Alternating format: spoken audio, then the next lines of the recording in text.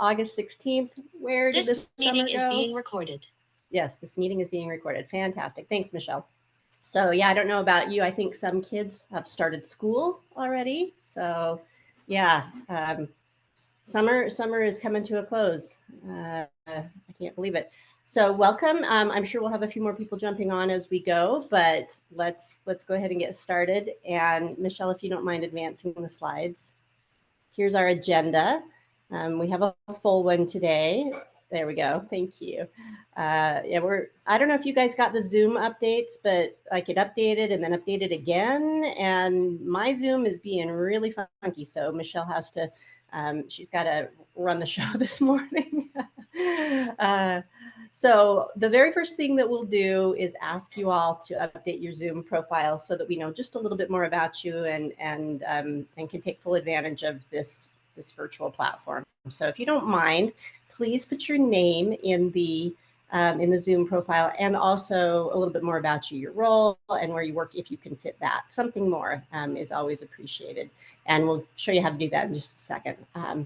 Then we have our announcements and a little bit about what's been updated recently on the Medical Home Portal. And we're excited to have a couple of people share a little bit as well this morning. So Amy Boyd will take a couple of minutes about CAP, and Carrie Martinez-Wolf will take a couple of minutes about a new program that's happening with Department of Health and Human Services. And then we're going to take a super quick poll because we always want your input. Then after that, we open it up for any of your anything that you want to share. So that's any cases that you'd like to bring up and talk about. If you've got any new resources that you've come across and can share, anything that you're struggling with in terms of, just getting the job done. Anything around motivational interviewing is always exciting. Any quality improvement stuff, that would be great. And we're excited to have Heather Carlson doing a case presentation this morning. So we look forward to that as well. And then as we typically do in August, we have our IEPs, Special Education 504 Plans presentation this morning from the Utah Parent Center. And we really appreciate them, again, providing this information as they do pretty much every year for us. And it's always so good. So that's kind of what we're looking at today. Michelle, if you want to advance the slides. Thank you. Perfect. I'm Mindy Tueller. You guys all know me. I am the Director of Operations for the Medical Home Portal, and I have facilitated this group for a long time, and I love it.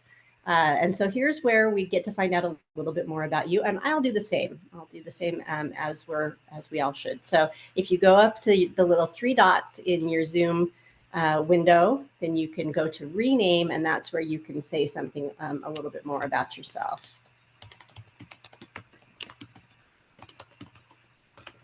We'd love to know where you're from, and if you're from, a certain group, that's really helpful for us too. It helps with our networking and lets people know who's who on here. Great.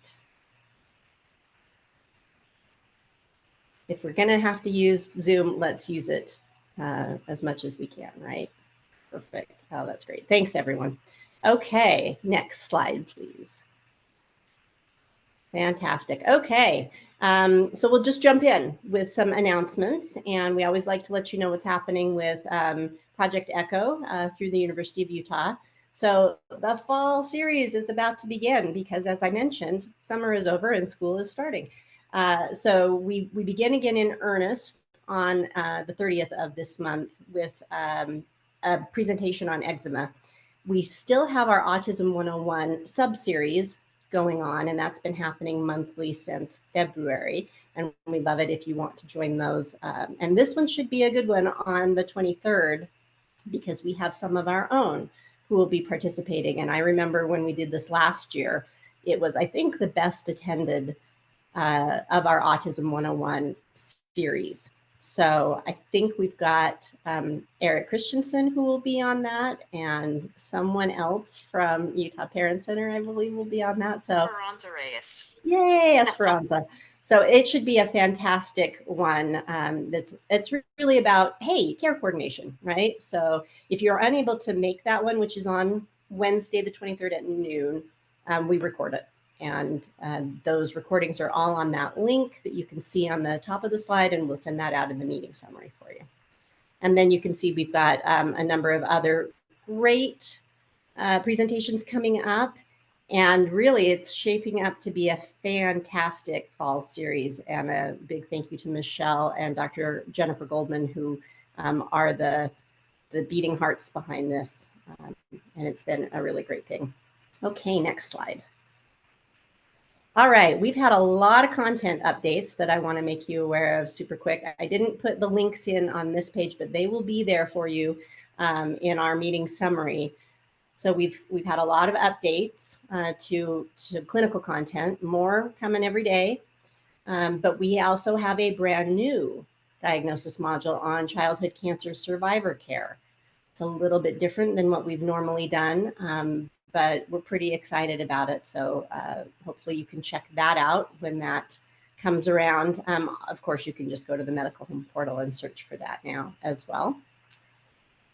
And then if you don't mind, Michelle, advancing one more time. And then here's the families content that's been updated and is continuing to be updated. I'm working on getting some of the education-focused pages spiffed up, and we'll have a few more updated today. So if, you know, after this, you're wanting more information around special education, 504s, school information to pass along to families, we'll have that up to date. Great, thanks, Michelle. Okay, as I mentioned, we would love a little bit of input from you guys. This is, I think, a 2-question poll, so super quick, and we hope that you'll go ahead and answer. So we're just trying to make sure that when we plan future meetings, it seems relevant. And so the topic in question is motivational interviewing, and we have done this on a fairly regular basis. We just we have a lot of potential topics, and so we are hoping for direct input from those of you on this meeting this morning to let us know how you feel about motivational interviewing as a presentation topic for a meeting this year. So how important or relevant is the motivational interviewing topic to you in your role? And then second question, please provide any other feedback.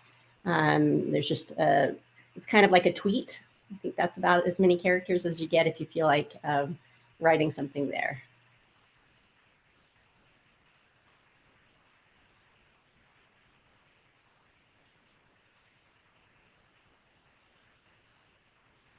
Just give it a few more seconds. We can get a few more responses. It's really interesting to watch things kind of change, right, in real time.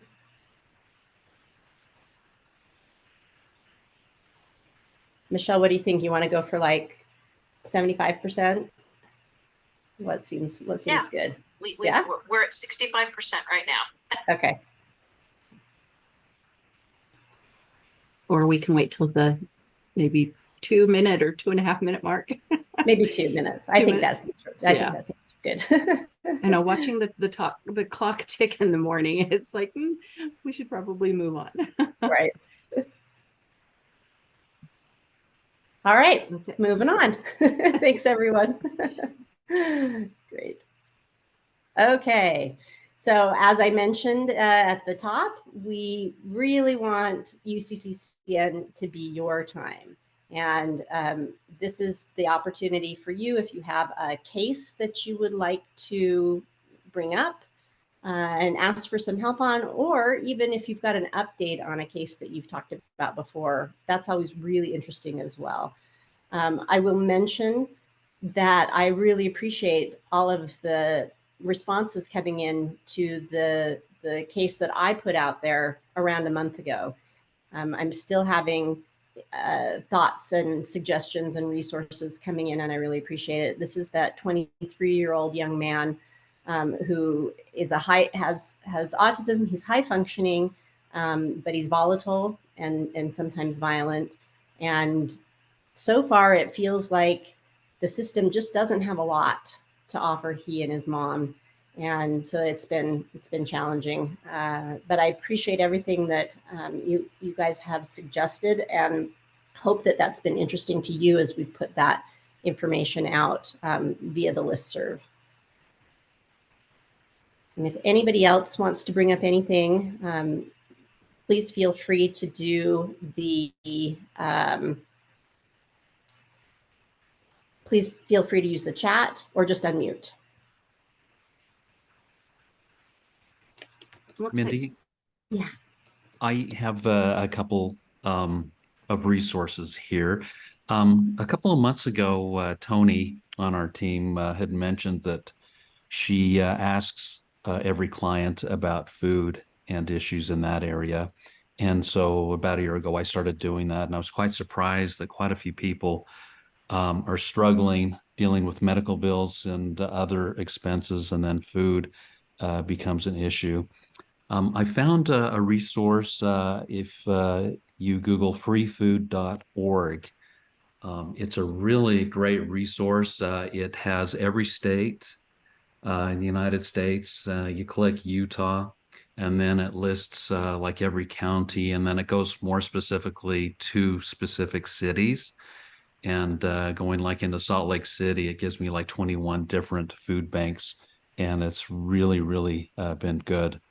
Part of the problem, though, with some of the food banks, you end up having they're interconnected, so you can only use them uh, so much per month. And so I have found that Jewish Family Services has a food pantry also, and they are let's see. So they're indicating here, it says food can be picked up once a week with no ID, financial, or citizen requirement. All faiths welcome. And so what they have you do, it's by the Comfort Care Pediatric Building.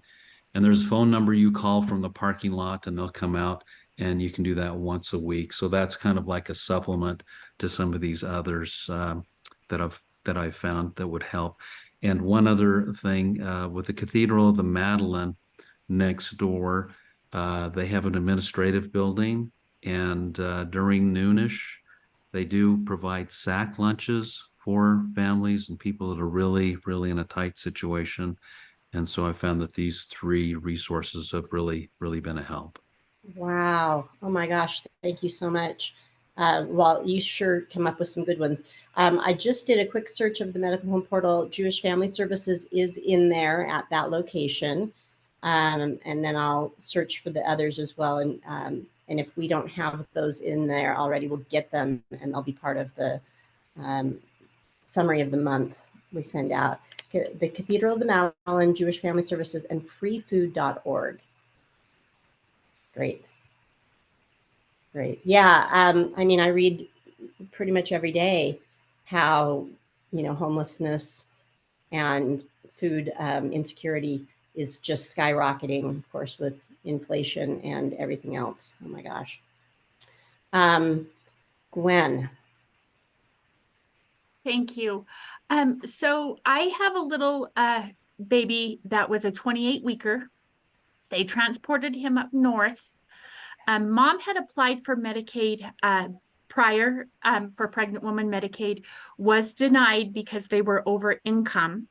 While they were in the hospital, I reached out to the hospital social worker, and she said that she would help mom apply. The social worker told mom that she would most likely be approved because after whatever, I don't know if it's 90 days or 60 days or whatever it is, they automatically get approved, is what mom's understanding was. So baby is home now, and thankfully doing, pretty well actually. But we have tried to call Medicaid. I myself have tried several times, and the case number we put in, it does transfer to the long-term care, but nobody ever answers. And it will say this, your caseworker is Maria, she works remote, and it just keeps going. There's no option to leave a message. I've called 3 or 4 times now and stayed on hold for as up to 45 minutes, just doing the same thing over again. Does anybody have any tips? Is it true that they might be approved for long-term care? He's out now. Like, I'm not even sure because we can't get, and mom checks her, mom kind of struggles a little bit. But she is checking like her My Case and checking to see if she's, getting any mailed information, and we're not getting anything. So does anybody have any experience with long-term care and then kiddo is released?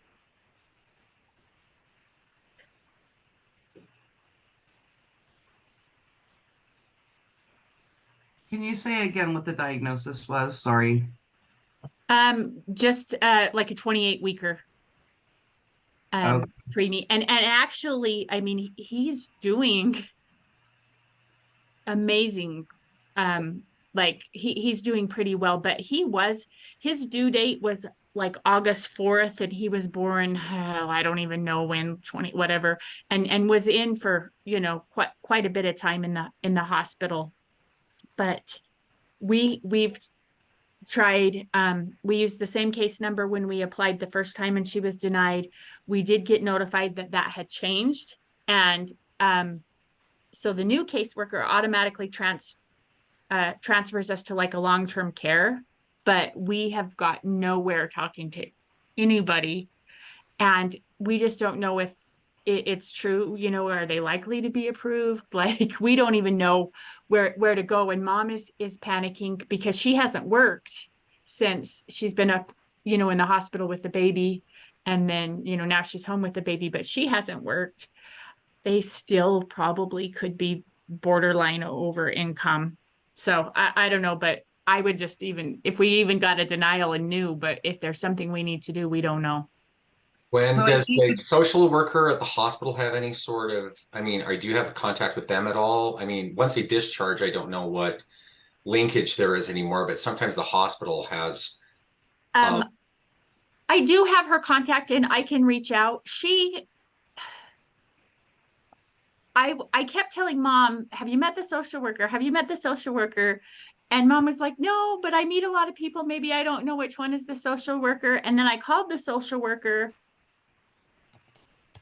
and I wasn't super impressed, but she might have a ton of people in the hospital she takes care of. So, but Really hit and miss with the Yeah. social workers coming out of the NICU. I've heard stories of, like, we had excellent referrals as we left. They should be probably referring to neonatal follow-up clinic. And then as far as Medicaid goes, if that baby is doing fine and there's not a lot of extra supports, then they're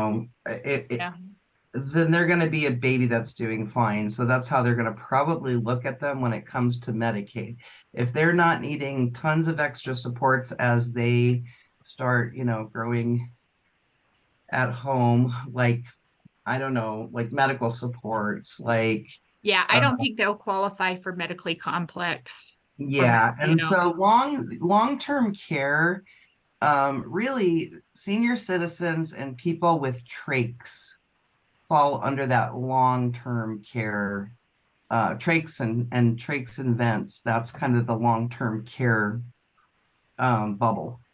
And so I don't know why they're transferring you to long-term care, but that doesn't sound right. It sounds to me like they probably just need to apply for basic Medicaid. And tell them also to be careful if they started getting an SSI supplement in the NICU, which can happen. It's like $10 or something ridiculous, but there's a purpose for that. They need to make sure that they still qualify and they don't keep getting a payment, because they'll get overpayment at some point. So that's good. that happens quite a bit. So if they did accept that small SSI payment, then they need to make sure to let them know they live at home now and income is different, because they weren't counting the income when they were in the NICU. But yeah, I think they're going to be applying for basic Medicaid. I would probably say, I don't know why they're transferring you to the long-term care. I think that's actually a good idea, is we'll just try to apply for basic Medicaid again and see what happens. Yeah. It seemed like our long-term care kids, a lot of times, like our South Davis kids, a lot of times that were, kind of a little bit of like a step down type of a care once they were discharged out of the NICU, but we're not quite ready to go home. And, they'd be at South Davis for months on end. And a lot of times those kids would get like the institutional Medicaid, but I didn't always see that, like even kids that were in the NICU for a really long time, the complex kids didn't always qualify for that. So I wish I had an answer for you, Gwen, as far as like who is a great person to call. Sometimes too, I mean, I've taken, if I'm not getting answers back, I try to go up the line of authority and say, who's the supervisor, and see if I can get an answer that way. But you're kind of, I don't even want to say you're shooting into a barrel of fish. I mean, it's like, how do you find out who, how the line of authority even goes, to reach somebody else. You may see if you can go originally back to that first caseworker that tries to send you over to long-term care, say, I'm getting nowhere with this.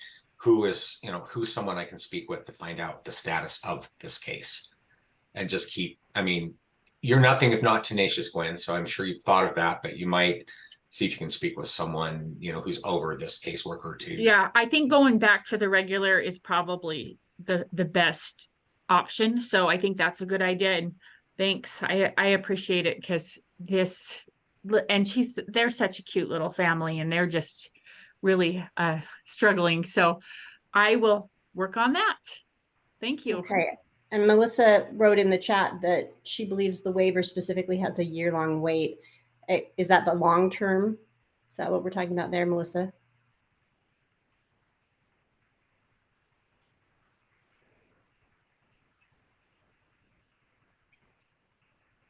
Yeah, the Medicaid, just obscure wall, right? It's just so difficult. Okay, well, thank you everyone for your input and help there. That is tremendous. All right. I think if it's okay, we wanted to make sure that Carrie and Amy both get a couple of minutes to talk, but I think if it's okay, we'll just keep on with our case for one moment and ask if Heather's ready to present.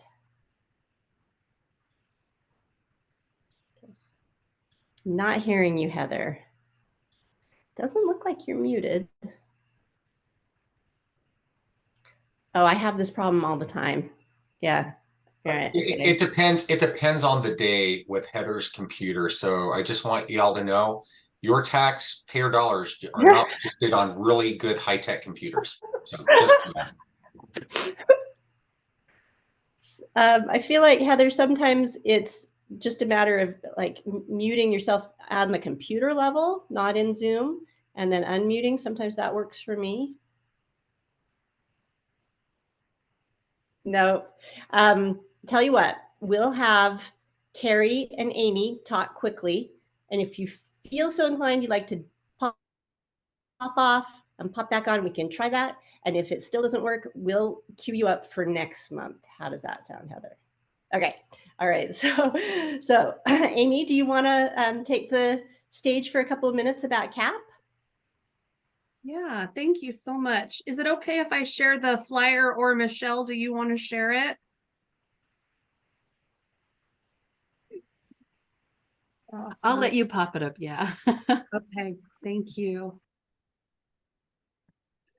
Okay, can you guys see that okay? Okay, perfect.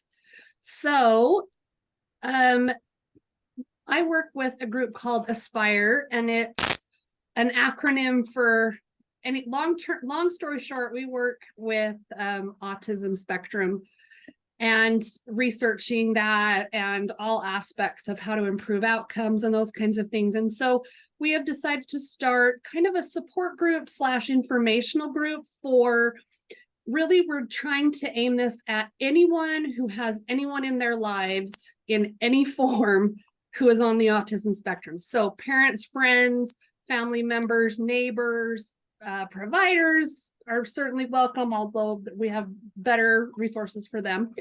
And what we're doing is we're going to hold a quarterly meeting where we're just going to inform and then have those people kind of network with one another to kind of start to form, you know, relationships and helps that way. So our first meeting is Wednesday, September 13th. That will run from 6 to 7 p.m. It's going to be held in the 3rd floor auditorium at Primary Children's. And we're going to be talking about, this first meeting is going to be what we know about autism, and we're going to have some of our experts present on that. And then we do have registration that's required, and there's a QR code there. And we'll have our next meeting on the 13th, and then they'll just be held every quarter until that, you know, through that process. We'll have a new registration link for each month or for each meeting. And Primaries has very graciously, they're going to be offering some child supervision. So there will be both the volunteers as well as the child life specialist. So if you have children, or if you're the people that you're telling about this have children who have a developmental disability and need a little extra support, there will be that available. That's part of that registration link, is to gather how many of those types of people we're going to need to prepare for, and to have the volunteer support that we need. So we really want this to be as inclusive as possible, and we want as many people to be there as possible. That auditorium can hold a lot of people.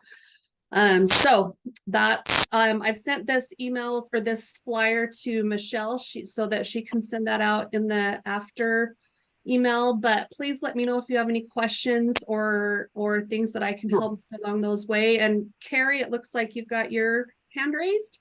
I do. Really quickly, I shared this flyer and I got a lot of really positive, happy feedback.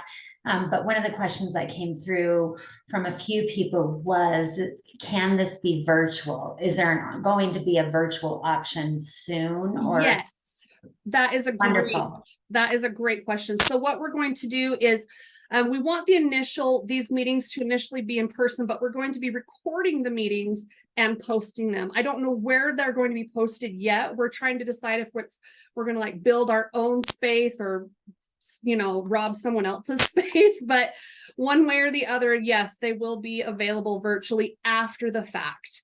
We just couldn't figure out a way to do it virtually in the meeting itself, you know, and make it as helpful as we wanted it to be. So yeah, initially it'll be in person, and then those recordings will be made available.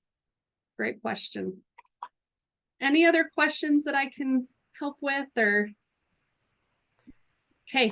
Tina says in the chat, this is so cool. It is. Oh. This is really, really neat to see. I feel like there hasn't been the in-person support kind of stuff, or I feel like I haven't seen it forever. So this is really nice. And we'll make sure that the flyer gets sent so that folks can continue to send that along. But this is really neat. Yeah.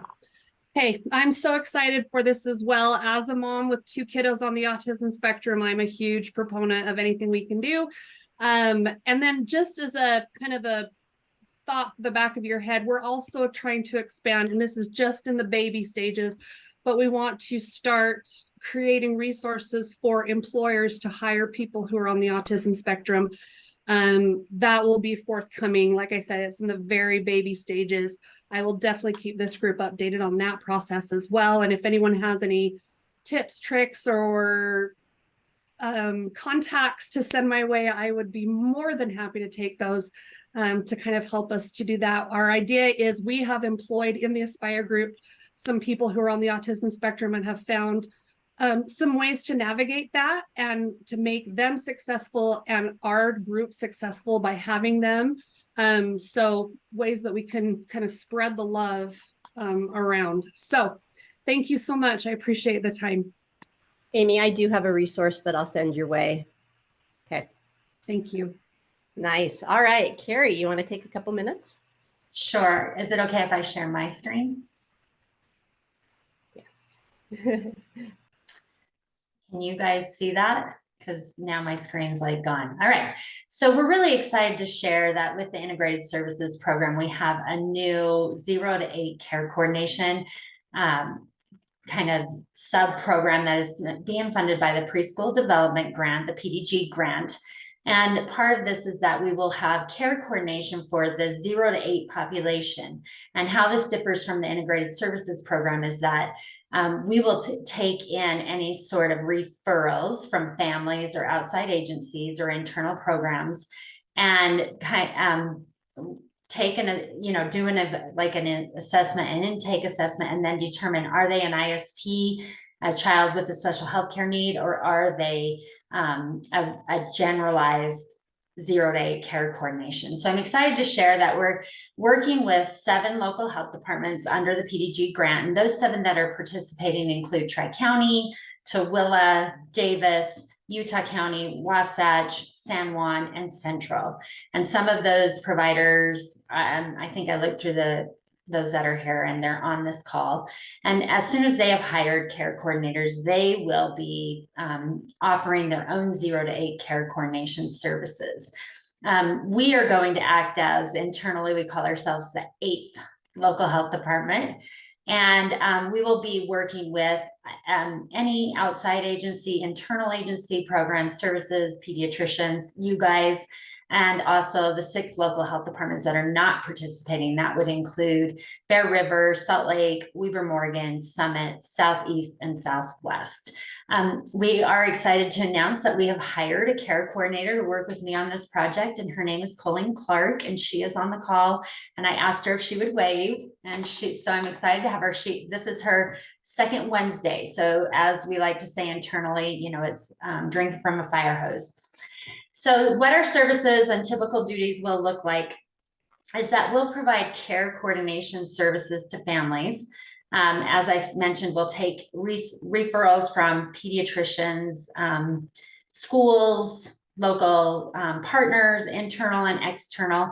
We're going to assess the client call situation, work closely with the providers and services, and assist in identifying gaps and barriers, as well as assist with developmental screening. And how that looks is we will do an intake. We will begin with an assessment. If they fall within that age range of the ASQ and the ASQ3, we will automatically do that. And then if they happen to fall in a range that would say we need to do the MCHAT, we will do that. And if the mom is pregnant and or had a baby within that first year, we'll have a conversation with her and ask her if she would like us to do the Edinburgh. And then we can provide additional information and resources and referrals in those areas. And we fully intend to work closely with our internal partners. So WIC, home visiting, early intervention, autism screening, maternal infant health, and maternal mental health, and make those referrals with the family in person instead of giving them that resource and saying, go ahead and make this call. We're going to make the call with them.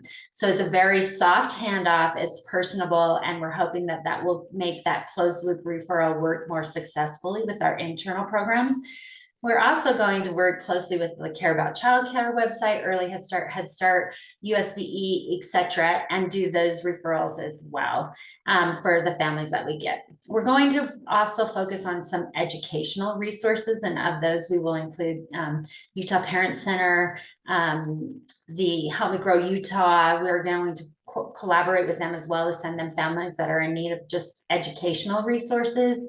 We're going to share the CDC Milestone app and the Vroom app, just to name a few. And of course, the medical home portal will be a part of us when we're working with families and they're asking for wonderful resources like Walt shared today about the food pantry. And then we will have a care plan, and it'll be developed very similarly to the ISP care coordination. We stole it from Heather and Tony and Walt, who have created a beautiful template for us. And so we will then do a follow-up with the family at 1 month and 3 months to make sure that if we called early intervention, have they already had their evaluation? Are they moving forward with their early intervention? Is there anything else we can help with? And so we're excited about this being a resource that's available this is our first presentation on it, like to a public group. We've been trying to get this like new program up and running, had a lot of work to do with the local health departments and also getting people hired, etc. And so I'm excited to share it with you guys first. We have a universal email. So if you want to send families our way, it's care.coordination@utah.gov. And then we also have a phone number that is a group phone number, 801-273-2804. And then also, of course, you can always reach out personally to me, and you can send me an email if you have questions or something you want to run through. And I'm going to stop sharing and see if there are any questions. Carrie, there is a question. Daniela asks if there's a Spanish speaking option. We currently do not have a Spanish speaking care coordinator, but we would use resources. We would use an interpreter, or maybe bug one of the ISP care coordinators. And an additional point I want to make is that if we start working with a family and we recognize that they are a child that has special healthcare needs, we will then introduce them to one of our wonderful ISP care coordinators, so that they get that more specialized focus on those special healthcare needs. But we fully intend to either use an interpreter service or work through those Spanish needs as they come up. And we have access to language lines, so any language that would come up, in addition to Spanish. Right now, we can handle English and Spanish internally with integrated services with our care coordination for children with special healthcare needs. But any other language, we usually get Language Link on the phone, and we seldom have trouble getting a language. Some of the more the languages in the world that fewer people speak, sometimes those are a little trickier, but some of the other ones we can get an interpreter on the phone within a matter of 30 seconds when we call our Language Link folks. So that's where we are now. But we hope that with time and our ability to hire additional care coordination for this, we really do advertise that Spanish speaking is a preference for us. And so, we work we're hoping to bring some folks on that can help us with that, at least, as we move through the iterations and permutations of this project. I think both of these things, the CAP program and this, is so exciting because the definition of children with special health care needs is any child that's using, more services and supports than typical. And I think it's just a fine line. I think it's just this sort of, continuum where if you've got a child who seems like they're doing okay, but then those supports and services aren't there, then they're very quickly going to move on that spectrum over into the special needs category, particularly around mental and behavioral health, but really in so many other ways, like the food insecurity, right? Well, Mindy, and if you look at that even broader definition, the federal maternal child health folks make the definition say any child who has or is at risk for, operative phrase for, you look at developmental, physical, mental health concerns, and some of those, even those social drivers of health type things really kind of qualify kids. So we almost say any kids really are kid. With opening it up to the 0 to 8 general population of pediatrics, it kind of throws a lot of kids into that bailiwick. And were we to discover through some of these screenings that child has a special healthcare need, we would kind of just softly shuffle them over into our ISB care coordination group. So kind of internally. I actually have literal tingles right now. I think this is, so it's kind of moving out of the reactive into the proactive, which is how all healthcare should be, right? That's what we should be doing kind of in every realm of our life. And this isn't just about, a certain issue. It's about the whole child again. So it's really neat, really, really wonderful. And I know Eric's team has been working like crazy with all, it's great. It's the fire hose. You got all this money. That's fantastic. But then you got to do stuff with it, right? So they've been working so hard, and thank you. Thank you guys so much. This is really wonderful. All right. Well, we have about 5 minutes before our main presenter is supposed to start. Heather, shall we come back to you and see if that might be a possibility? Hello? Oh my gosh, yes, we hear you. Really? Yes. Okay. Wow. So sorry. I'm Heather Carlson. I'm a nurse care coordinator for the Integrated Services Program. I had a small win with the family that I was going to share. I worked with this family for 18 years on and off. It's a single mom, a complex situation. Their only income is SSDI for mom and three of her 4 children. One of her children is one of the most severe I've worked with, intractable epilepsy, nonverbal CP, severe autism. Anyhow, the financial struggles are real and they continue to get even more and more real. There was some issues with her car. She was needing 4 new tires and transporting her children for medical appointments and everything else obviously is huge, and she wasn't having any luck with transportation. I remember that Tony, our colleague, had mentioned a program, and so I looked into that, and it's called the Vehicle Repair and Replace Program. Several of our counties in Utah have that program, and what essentially happens is if your car fails emissions, they can possibly help with up to about $1,000 to help repair that car to get it back on the road safely. But this circumstance didn't work for that, so we couldn't go that route. And in the meantime, this poor mom had a gas leak in her home, and her current gas bill was up to $1,000, and she was trying to pay it off, $300 a month, and she wasn't getting it paid off, and they were threatening to shut it down. Her power bill was very expensive as well, so we applied for heat. They were accepted, and heat actually paid the full $1,000 of her gas bill and up to about $120 of her power bill, leaving her with some money now to go get the 4 new tires for her car. So that was such a win in such a desperate situation. It's always something with this poor family. So it was really nice to give her a boost. So I just wanted to give a plug to the HEAT program. And then this wonderful person I spoke with at the HEAT program had mentioned the Salvation Army provides utility assistance. And I was unaware of that. I had always thought of them for food and for clothing for the people in our area. So I contacted, they didn't have anyone up in the northern area. So we're up in that Ogden, Layton area. But so you have to go through the Salt Lake area, but I called the Salt Lake office and they process for up in northern Utah. They can provide up to $350 for gas and up to $200 for power bills for utility assistance. And even more than that, if you have a child younger than 6 in the home or over 60 in the home. So it was just nice to get some additional resources to help this family with all of these different issues that they're having. The other thing that I wanted to just ask, and I know we don't have enough time, but I think Dora is on this meeting this morning from Shriners. And thanks, Tina. And so I just wanted to talk with her about appropriate timing for a referral. I have a recent amputee, little girl, severe tragedy that has happened to their family.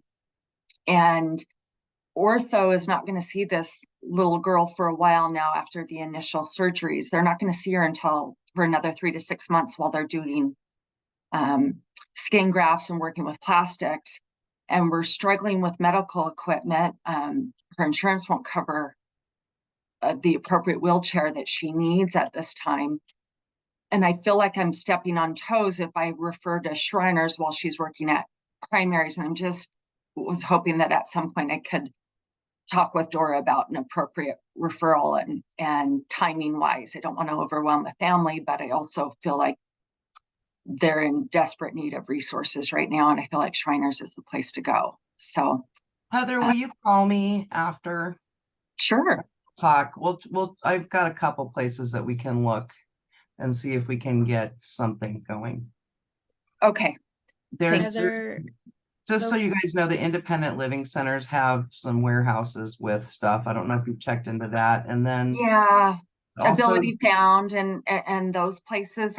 It's just they're going to need Shriners eventually for prosthetics. So I'm Mhm. just wondering about timing of the referral. Should I wait until ortho is back in? I don't want to step on toes, or do I send them now to get help because she needs a pretty custom wheelchair for the amputated leg? talk to Dora about that, because Dora's going to know like what's the best move there. But I would say that you could probably use both because they're partnering now. And so, Okay. you know, Primaries has their wheelchair departments that serve insured people and things like that. Shriners is kind of the favorite of most people who have kids in wheelchairs, simply because you're not walking into an Intermountain facility where they've had a lot of trauma and a lot of other things. They're just wonderful over there. But I mean, make that referral. Sometimes Shriners has a way to pull some strings to get something, you know, from one of their warehouses that's just sitting there. I don't know if Dora's on and she agrees, but that's I am sorry, my computer wouldn't let me go off mute, but I would be happy to. Heather, I can connect with you afterwards. Sure. We love to work with the community. I was actually just in a clinic yesterday. Regardless of where they're at or who they're working with, they'd be happy to work with them. We love to have the vendor come in if they're already working with a vendor. But Okay. if it's going to take forever for them, we'll make sure that they're taken care of. Or if insurance doesn't want to cover, they'll have that specialized equipment to them specifically. Okay. It's physical therapists working with them. The vendors are experts in equipment, but our therapists are experts with the child. And then they Okay. have the technicians working with them side by side. Okay. I would do the referral as soon as you can. Okay. And I'm going to put my information on the chat. If you want to contact me, and I can put, I work with those guys specifically. So if this is an urgent thing, we can have them go in as an eval, as a priority. Okay. They're scheduled out a bit far, but if they know that it's very critical, they will make it happen. Thanks, Tina, and thanks, Dora. Thank you so much. I appreciate your time. Well, that's great. That's the whole point. Love it. Fantastic. And we'll make sure to capture all of that in the meeting summary so that folks can also remember that that these are resources and there for you.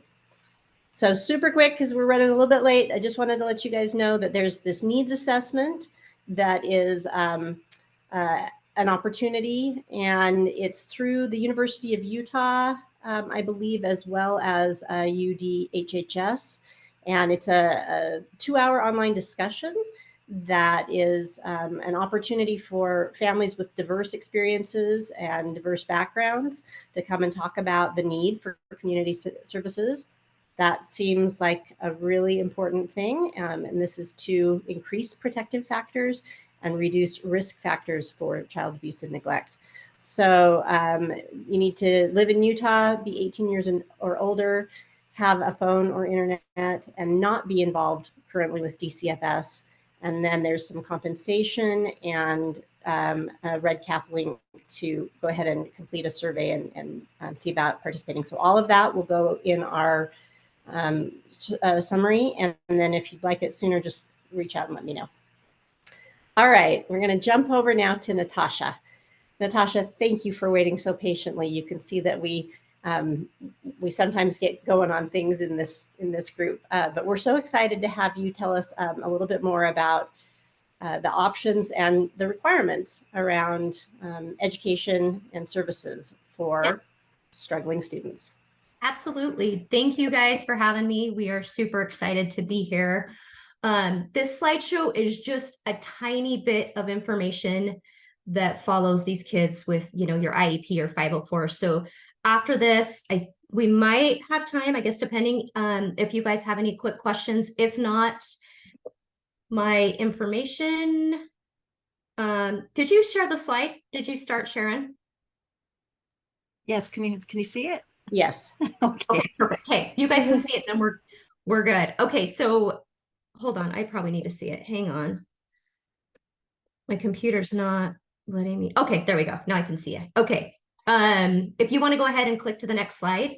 So there's my information right there. You can give the center a call, or my email address is down there, and we can, you know, dive deeper into some of these bigger questions that you may have. Okay, next slide. Sorry, I'm gonna put this over because I need to read this slide here. Okay. Okay, what is a Section 504? So Section 504 of the Rehabilitation Act of 1973. Section 504 is a civil rights statute that prohibits discrimination against all individuals with disabilities in all programs that receive federal financial assistance. Those with qualified disabilities receive protection from discrimination at any age. No person with a disability will be excluded from or denied benefits of any program. Section 504 also covers programs that receive federal financial assistance, such as daycare, early intervention, preschool, schools, post-secondary education, federal, state, and local government programs. Next slide. Okay, Section 504, kind of what we're going to dive into, kind of just a quick thing. Equal access and opportunities are obviously the focus, that they have equal opportunity to benefit from educational services, be educated with their peers in a regular classroom to the maximum extent appropriate, have equal access to academic services, have equal access to non-academic settings such as extracurricular activities, meals, recess, and other physical education. Provided services and changes to the learning environment to meet the needs of a child as adequately as other students. So a guiding principle for Section 504 is to place a student with a disability to an equal starting level with the typical student in accessing classroom instruction and participating fully in assessments. A student may also receive accommodations, but the Section 504 is not intended to reduce learning expectations. Qualified individuals with disabilities are entitled to a free, appropriate public education, or what we call FAPE, under Section 504. It is free. It has no cost to parents or guardians, except those fees that are imposed on all students or their parents or guardians. Okay. Appropriate is regular education and related aids and services that are designed to meet individual education needs of students with disabilities as adequately as the needs of students without disabilities. Also, it needs to be the least restrictive environment, or what we call LRE. The accommodations are usually with their typical peers in a general classroom. So we're not pulling them out to take them to a special education room. More simply put, students with qualified disabilities have a right to receive reasonable accommodations based on their individual needs, which will help level the playing field and give them an equal opportunity to receive benefit from their educational program. Okay, next slide. All right, so Section 504's, it has a very broad definition of disability. This was done on purpose through advocacy by consumers with disabilities, parents, and Congress who wanted to ensure that anyone who had a disability was covered from being discriminated against in school, the workplace, or in the community. Mental impairments include any disability that impacts the brain, such as a mental illness, ADHD, TBI, learning disabilities, etc. So I see a lot of kiddos with like migraines and stuff. We'll give them a 504 to help them, you know, try to get through the school day with those. Next slide. Okay, here's some major life activities. So Congress passed a confirming amendment in the Americans with Disabilities Amendment Act of 2008 to make an old law, which is Section 504 of the Rehabilitation Act, consistent with the new law and expand definitions of major life activities. Congress broadened the definition of disability, so it included disabilities such as like diabetes, ADHD, learning disabilities, anxiety, migraines, that may have not been covered on the previous one. Other things, I mean, you can see up here on the screen. Oh, you can't see these, but so these, anything that's going to affect these things that are on the screen, you know, such as like allergies, asthma, autism, behavior disorders, cancer, CP, chronic fatigue syndrome, depression, epilepsy, Fragile X syndrome, I mean, hearing impairments, heart disease, obesity, paraplegic, TBIs, tuberculosis, or visual impairments, those affect your major life activities, so they would qualify for a 504. Okay, next slide. All right, these are some things that you can ask yourself. Is there a physical or mental disability? If so, does it limit a major life activity? What major life activity does it impact? Does the impairment substantially limit his or her ability to learn or any other major life activity in school? Next slide. All right, under the Section 504, a formal assessment does not need to be done with the school in order for them to consider, but they should consider the following: a review of attendance, suspensions, they need to look at the report cards, school-wide testing, so RISE testing or anything else that they take, class testings, homework and behavior evaluations, classroom observations, outside medical or psychological evaluations, a review of the problems and previous remedies and the outcome. So what have we tried? Has it worked? Why has it not worked? As a parent, ask what interventions have been tried. Was there consistency in using those interventions during the trial period? So you want to see the data, and academic and formal assessments and evaluations. There are no required team members for a Section 504 plan, which is nice because an IEP, you have to have a whole team. Including parents in the process is encouraged, but it is not required by law. And I think a lot of parents misunderstand that. For a complete evaluation, the parents need to sign a consent form for an evaluation. That is super important. Okay, next slide. A written Section 504 plan. So in Utah, the 504 guidelines state that a 504 plan should be written. The Office of Civil Rights has also directed that this should happen. Next slide. Okay, placement. Typically in general education classroom with the use of supplementary aids and services. So we are not doing any pullouts. They're not going into the sped room. They're going to stay there with their peers. Next slide. All right, what is an accommodation? In this picture, it may include the student having a peer to help the student with an assignment. Okay, so let's talk about the environment. So making adjustments to the student's environment, that may be an accommodation. Are we sitting closer to the teacher, the front of the board, stuff like that. Organization, making adjustments to lessons, assignments, and testings. Behavior, positive behavior supports. Presentation, make adjustments to how information is presented to the student. Do we need to get a copy of the notes from the lesson plan for the day so that they have that? Kind of stuff like that. Methodology, make adjustments to instructional methods and pace. Curriculum, make adjustments to the type, amount, and presentation of materials. Okay, next slide. All right, so on the accommodations, it must be individualized. They cannot copy one 504 plan and give it to another because this all has to be based on that student's needs. Place the student with a disability at an equal starting level with a non-disabled student. Are not intended to reduce learning expectations. This is not an IEP. Allow the appropriate differences in students' learning styles. So some students may learn a little bit differently than others, so we can make that accommodation in this. All right, next slide.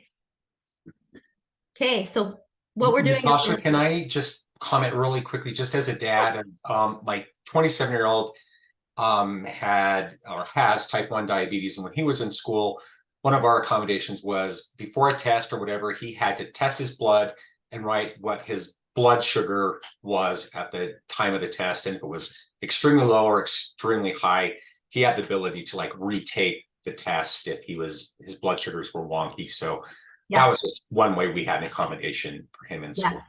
We didn't have a ton of them, but that was one of the ones we had to do for him for, blood sugar. And that's an important one. My 19-year-old daughter has type 1, and we also did the same thing because, well, first we didn't really like, she academically is brilliant, right? And then, so tests really come easy to her. And then one day she just bombed it. And we're like, how are you feeling? Did you test your blood? And she's like, yeah, it wasn't very good. And so, yeah, we did end up adding that in after we had that really bad test. So that is a great accommodation on there. Great one. All right, so this one, we're leveling the playing field. All of them should be able to see the exact same thing. So in the middle one, just that extra support to get it up there so that they can all participate. All right, that's a quick run through of a 504. There's so much more we can go into, but since we're pressed for time, we're going to move on to what is an IEP. Okay, next workshop. The individuals, so IDEA, or the Individuals with Disability Education Act, is a federal education law for a child with disabilities that provides a customized, individualized education program, or an IEP, for a child's special education experience at school. Okay, next slide. All right, the term special education means specifically designed instruction at no cost to the parents to meet the unique needs of a child with a disability, which would include instruction conducted in the classroom, in the home, in hospitals or institutions, and in other settings, and instruction in physical education. Next slide. Okay, FAPE, or free appropriate public education. So the term free appropriate public education means specialized education and related services that have been provided at the public expense, under public supervision and direction, and without charge. Also meets the standards of the state education agency. It must include appropriate preschool, elementary school, secondary school, and education in the state involved, and provided in conformity with the individualized education program required under Section 614D. So a free public education is available to all children with disabilities residing in that state between the ages of 3 and 21. Including children with disabilities who have been suspended or expelled from school. Okay, next slide. So charter schools still fall under the Utah State Board of Education guidelines. They still have to go with what they say, okay? When a parent decides to place a child in a charter school, they should know the charter schools are publicly funded and are not the same as private schools. I'll get to private schools right after this slide. We don't have one in here, but I think it's important to let you guys know. The child must remain at the charter school for a full school year unless permission is given by both the charter school and the regular public education school to make a change during the year. The parents must notify the regular public school by June 30th to intend to make this change. Charter schools are responsible for child find for their own students and are responsible for their own evaluations. So private schools, because they do not have to follow the Utah State Board of Education guidelines, they don't have to follow an IEP. They have what's called a PSSP. So basically what that does is instead of giving you the extra help for the curriculum and stuff that you need, the PSSP is a 504. You're just getting accommodations. If you need extra help in reading or math, you have to go outside and source that yourself with a tutor or something like that. So I do think that is super important because a lot of parents don't understand. They'll call and, you know, my private school isn't following the IEP. They don't have to. They have their own little thing and it's just accommodations. Okay, next slide. Procedural safeguards. They're going to give this to the parent at the beginning of every IEP meeting, and it's kind of thick and it looks really boring, or they'll email it to you. To be honest, my first couple, I didn't even read it, but this is something that you should read and know your rights. Okay, next slide. So key points in the procedural safeguards.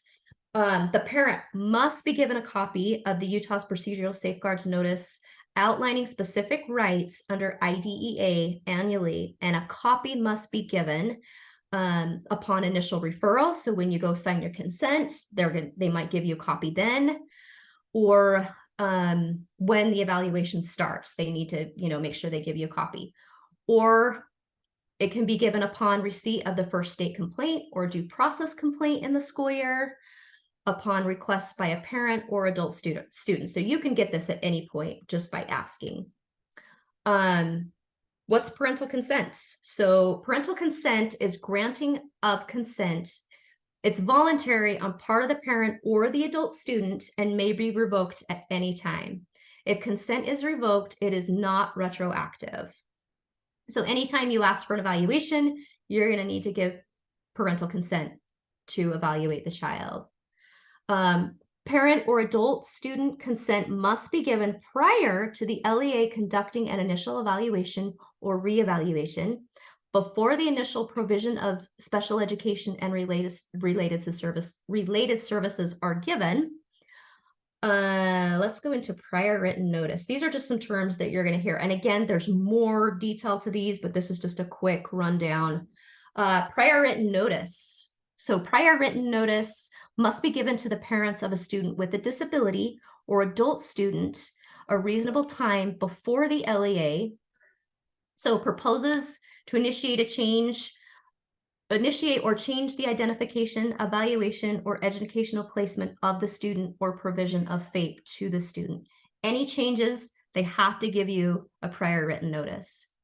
Refuses to initiate. So if the school refuses to initiate a change, evaluation, or educational placement, or anything to do with FAPE, they also have to give you a prior written notice.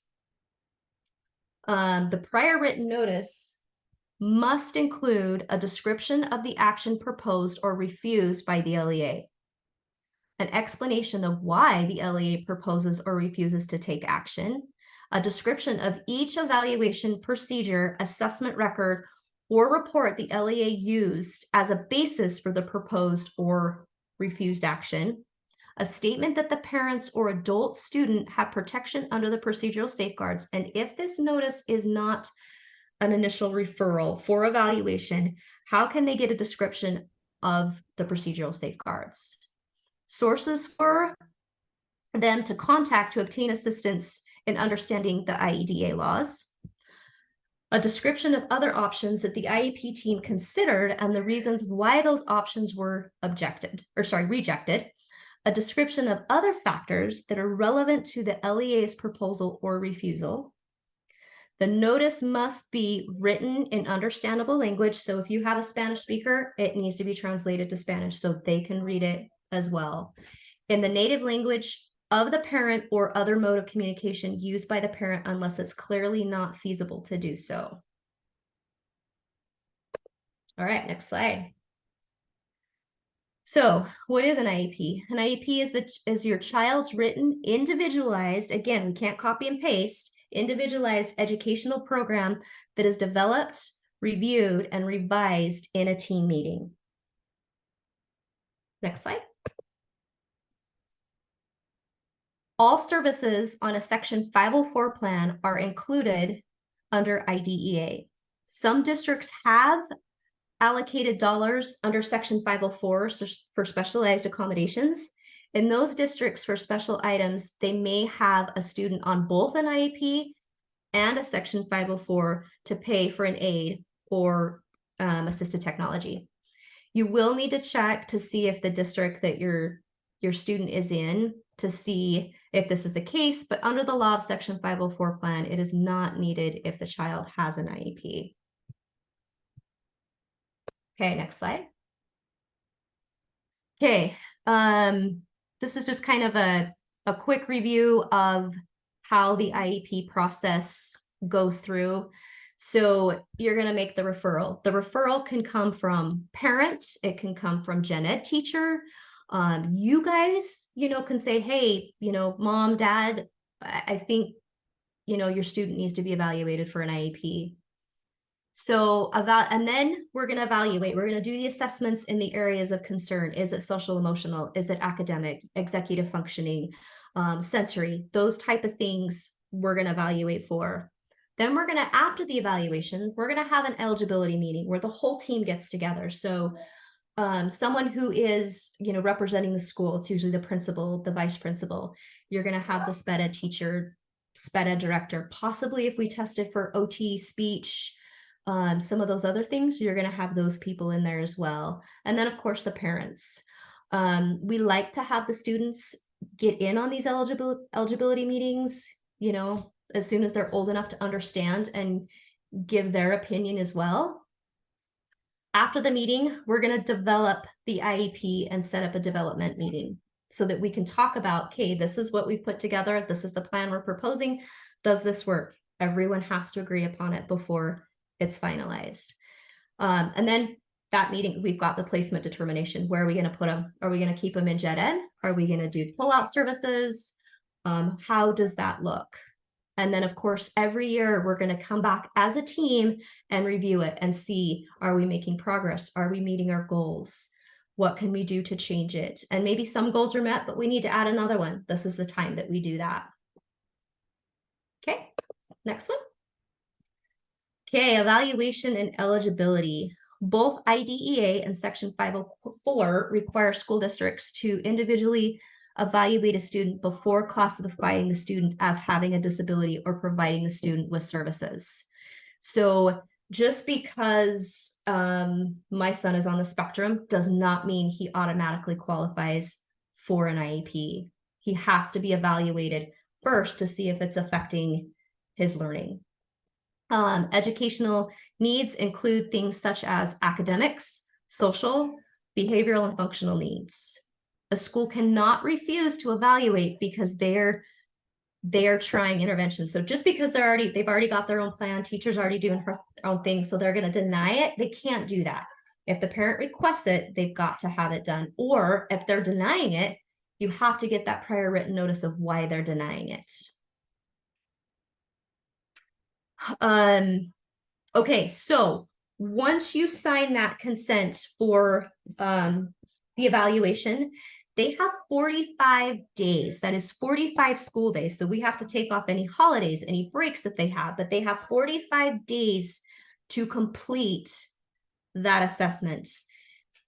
Hopefully they don't wait the whole 45 days because that's a really long time. They're usually pretty good about getting them in, getting them evaluated, but they do have those 45 days. Okay, so the initial evaluation. Each public agency must conduct a full and individual initial evaluation in accordance with Section 300.305 and 300.306 before the initial provision of special education related services to a child with a disability under this part. So before they can have an IEP, you've got to have that assessment or assessments. Okay, so the procedure for initial evaluation. The initial evaluation must be conducted within the 45 school days of receiving the parental written consent for the evaluation. If the state establishes a time frame within which the evaluation must be conducted, and that time frame. So some states may not have them. Ours in Utah, we do have that 45-day timeline. Must consist with procedures, so they still have to follow the procedures and guidelines. They need to determine if the child is a child with a disability under Section 300.8. and determine if that child meets educational needs. If they don't, then maybe we look at a 504 and add some accommodations instead. Okay, so expectation. So the time frame described that we talked about of this section does not apply to a public agency. If the parent of a child repeatedly fails or refuses to produce the child for evaluation. So if they've scheduled it, the evaluation, the child just doesn't show up. A child enrolls in a school of another public agency after the relevant time frame in the paragraph. So we switch schools. Of this section, okay, sorry, hold on. Oh, yeah, okay. So prior to determination of the child's previous public agency as to whether the child is a child with a disability under section 300.8. So let's kind of go over some other additional procedures that may happen. Each local education agency shall ensure that the assessments and other evaluation materials used to assess a child under this section are selected and administered as not to be discriminatory or racial or cultural bias, are provided and administered in language and form most likely to yield accurate information on what the child knows and can do academically, are used for purposes for which the assessments or measures are valid and reliable, and are administered by trained and knowledgeable personnel. Natasha? Yeah. There are a couple of questions in the chat around the evaluation. Okay. So Amy asks about the request for the evaluation as well as the consent for the evaluation. Is the request, does it need to be in writing as well by a parent? It has to be in writing. I always tell the parent, do an email chain, include everybody, you know, your principal, your vice principal, the SPED director, the SPED teacher, your gen ed teacher, get them all in on that email chain so that everyone knows what's going on. And then say you request it, but you don't hear anything back in a couple of days, bug them. Hey, just wanted to follow up on this. So you do have that email chain to keep record of. Okay. And then a related question from Melissa is, so the 45 school days is the parameter, but she is asking what is considered a reasonable amount of time for evaluation completion and any suggestions on how to engage a school that is difficult to engage. That's hard. So yes, it is the 45 days. That's what they're given. Like I said, a lot of them don't usually wait the whole 45 school days. They do have busier periods of the time of year. So I always try to tell the parents at the beginning of the year, you're going to get a lot of requests for evaluations. So they are going to be really trying to get everybody in a timely manner, or the end of the year. Same thing. End of the year, we're doing re-evals. You know, maybe they haven't done so well during the school year. So now we're going to say, oh, let's do some assessments. So, I mean, ideally, you would like them to do it as soon as they can. But again, it just kind of depends on where they're at, you know, with time frame and getting people to do the assessments because they are so busy. What was the other part of the question? Sorry. Just about engaging. Engaging. Yeah. You know, that's a hard one. I always tell my parents, go into the school, talk to your office personnel, bring donuts, bring cookies. Like, you guys are a team. So it's not that we're fighting against each other. We're a team. So just let them know you appreciate them. And I think that really kind of changes the aspect of people when you're like, hey, thank you so much for doing this. You know, here's some cookies or whatever. It kind of, I don't know, food always changes everybody's thoughts, right? So if you're going into a difficult IEP meeting, I'm always like, hey, mom, dad, if you can, bring some cookies, bring some donuts. Like, it's amazing. You can go into this room full of tension and somebody comes in with food and it's like there's smiles on the face, everyone's talking. It just changes everything. So you kind of just get to know your team, I guess, is my biggest thing.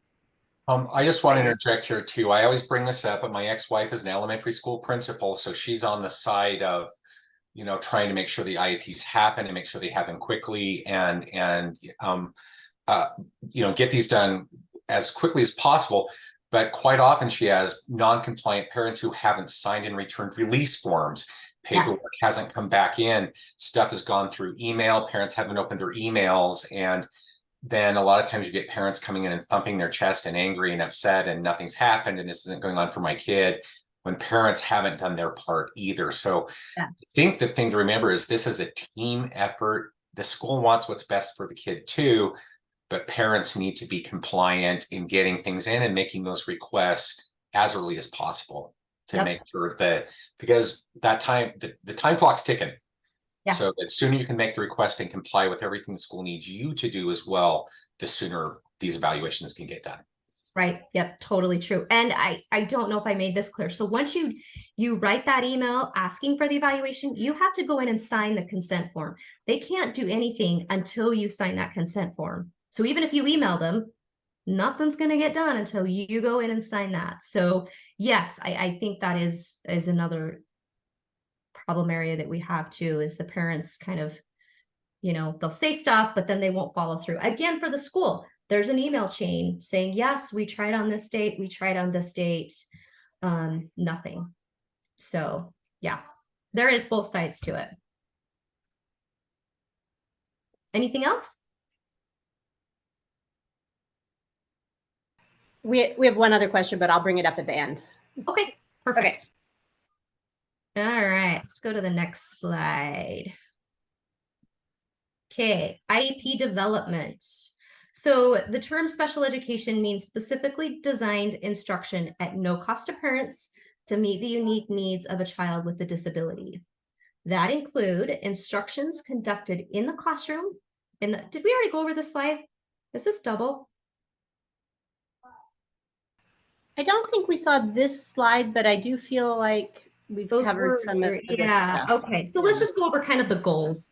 So goals are written on an IEP, and those address the needs so the child can be involved and make progress in the general education curriculum. Other educational needs that result from the disability and have high expectation. So for children taking alternate assessments, such as DLM or dynamic learning maps. So those are different. It's a different way. They're different assessments than just the ones that like your neurotypical kids might take, right? So a description, so it's going to give you a description of benchmarks or short-term objectives. We're also going to look at the core curriculum to get goal ideas or give common core standard information. Some activity ideas that we could try, measurable. So they have to be type of a measurable activity to see how the student is doing. So like, for example, Jason will use appropriate social behavior 80% of the time. That's not measurable because what is appropriate behavior that we're trying to change? Does that make sense? So identifying specific behaviors would be more effective. So Jason will keep his hands and feet to himself 80% of the time. We can measure that type of a goal. Or like Brad will be given 40 flashcards of community signs and correctly name them with 90% accuracy and 3 consecutive trials. Something like that, like they would give you more data. I think that's about, because we've gone over everything else on that. Okay, let's go to the next slide. All right, what to expect in the meeting. You must have at least one IEP meeting per year. You have to have that annual renewal meeting because your IEP will expire. But if you need to meet more often because things have changed or the goals are looking really great, we need to take them off. New diagnoses that are affecting, or, stuff has happened in life, stuff like that. We can always call an IEP meeting, but you must have that whole team to make any changes. So they do have sometimes what's called an unofficial meeting, just meaning, hey, we're going to get the team together, we're going to discuss some things, and then maybe we need to come back and have that full IEP meeting. Or maybe we don't, we've kind of talked about it, gone over it, and we don't feel like it needs to be in the IEP. So the IEP team reviews the IEP periodically, and it shouldn't be less than once a year to see if goals are being met. The IEP team revises the IEP to address lack of progress towards goals and in the general education curriculum, the results of any new evaluations or assessments that we've done, information provided to or by the parents. So they go to the doctors, neuropsych, psychologist, PCP, there's some new information coming in, share that with your team. And then of course, is the child's needs, have they changed? And in what way? Okay, let's talk about, next slide, placement. So placement should always be in the least restrictive environment, or what we call LRE. It's to the maximum extent appropriate. Children with disabilities are educated with children who are not disabled. As much as we can keep them in their general ed classroom, let's keep them there. All right, next slide. Oh, I guess we're done. So yeah. Again, this is some information to contact us. We have many programs within the center. If we don't know the answer, we'll try to get it for you or direct you into the correct area. This was such a condensed version of an IEP and 504 and all the other stuff that goes with it. So if you have any quick questions, we can do that. If not, call us, email us. We're more than welcome to kind of dive deeper into it if you have any other big questions. Natasha, there are a couple things in the chat. Okay. So one question was, by any chance, do you have any examples of an IEP and or 504 plan around anxiety? Mm-hmm. That's Melissa. Okay. So anxiety is the anxiety affecting faith? Are they not able to learn because their anxiety is so high? What's causing the anxiety? Is it, noise in the classroom? Is it so many kids in the classroom? Like, what is causing that? I think is where we kind of need to start. So if we did a 504, we can say, hey, if they're taking assessments or doing work, we can, put them in another location where maybe it's quieter, there's not as many people. We can add headphones on, that type of thing. If it's not really affecting it, so they're not continuing to learn, I would steer towards a 504. If not, let's look at it and see. But really, we need to see what type of anxiety, what's causing it, so that we can help this child out.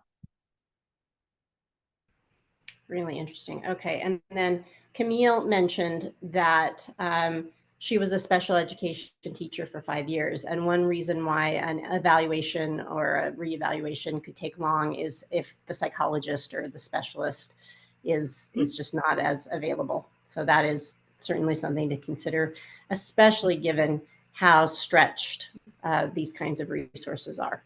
Absolutely. So they don't just have one school. Usually in a district, you might have like one or two, and they're going to all the schools trying to get them done, for sure.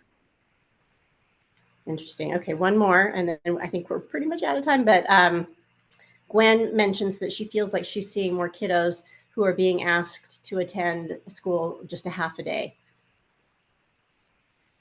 So the dual learning. So that, again, can't happen until the team all comes together and everyone agrees upon it. So you do have maybe like a hybrid learning or dual enrollment where you're doing half in school. So maybe it's just your core classes in school and then you do the rest at home. That is an option. It just depends on if it's right for the student. So again, that's probably just case by case, kind of need to know more information, but the schools can't just do that without parents signing a placement change. Right. Yeah, and Tina's supporting that that has to be in the IEP. Really interesting. Obviously, so much that it can be very, very specific to the child and the family and the circumstances that couldn't be covered broadly here. So we appreciate the Utah Parent Center so much for being able to be a resource for these specific situations for families. And Eva would like your contact information. We can get you. Yeah, I mean, Natasha, if you want to put your contact information in the chat really quick, that would be great. But we'll also be able to get that to you. I mean, Eva, I can send that to you right after this if that's helpful as well. It's 10 o'clock. I know people have other meetings, but Natasha, thank you. Thank you guys so much. One thing I wanted to add, which I don't think a lot of people know, is everyone at the Parent Center has a child with special needs. So we get it. We understand, we can, you know, have empathy with the parents. So I think once the parents know that when they call in, it's like, oh my gosh, like you understand what I'm going through. So that is a big thing that I like to tell everyone. Yeah, it makes such a difference. They're peers for sure. Okay, well, sorry that I forgot to update the last slide. I do this pretty much every meeting, but our next meeting, everyone, is on September 20th. And good luck with everyone as school gets back in, and take care. Thanks so much. It was great to see you all. Have a good day.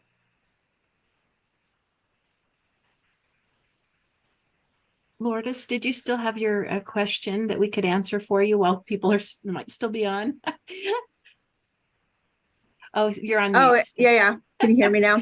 Yes. I just had questions for the YouTube Parent Center because I've been collaborating with a lot of parents, and they were asking about IEP, and I was wondering if they had like a representative for the southern eastern Utah,